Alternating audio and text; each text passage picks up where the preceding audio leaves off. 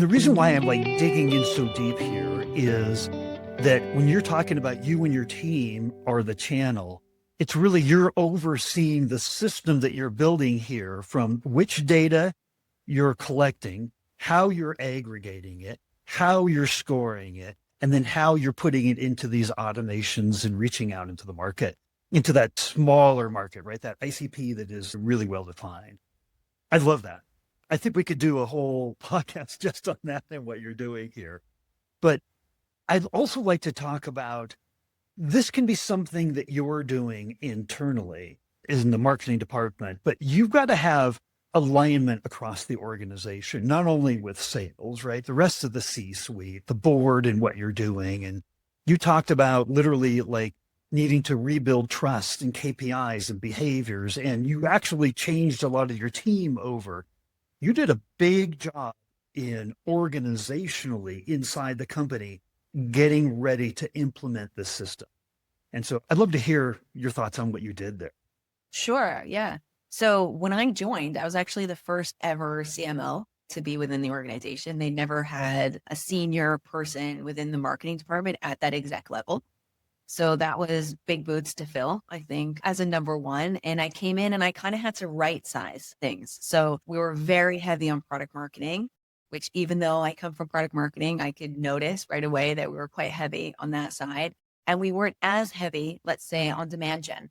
So it really took some reorganization to make sure that we were focused heavily on the demand gen side, that we were actually building in all these automations and this sort of methodology on what we needed to do to take us to this next level. And actually just some of the more basic things like, running nurture programs and things that had just never been done before. So really setting this new foundation that we can then build off of in the coming quarters, actually in 2026. And you actually established new KPIs and you changed over team members. Why on both? Like what was important in this mix that you're doing? So first of all, I think the KPIs were really, really important. I'm a humongous believer in OKRs. So I actually came in as the exec champion of OKRs to the business. So all of us now are working off OKRs. And I just find it a fantastic way to ground your team in what we need to be doing. And then it gives us the ability to say no as well, actually. So it can be quite a powerful tool of focus and also of allowing people to say no to things that don't fall into that rule set. That's one thing. The second thing is I changed attribution internally.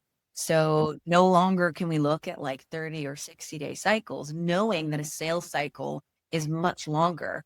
We needed a much longer window of attribution for the things that we were doing. For example, if we're running an in-person event, which I think is in a fantastic way of actually building pipeline, we needed, between 6 to 12 months runway to actually realize some of that closed won opportunity that can come from these events.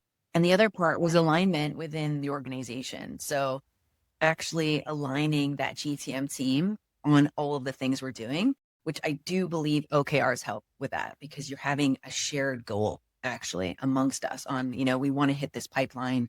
We want to hit this revenue amount. Okay, how can we, as the leaders within the go-to-market operation, get there and instruct our team to get there?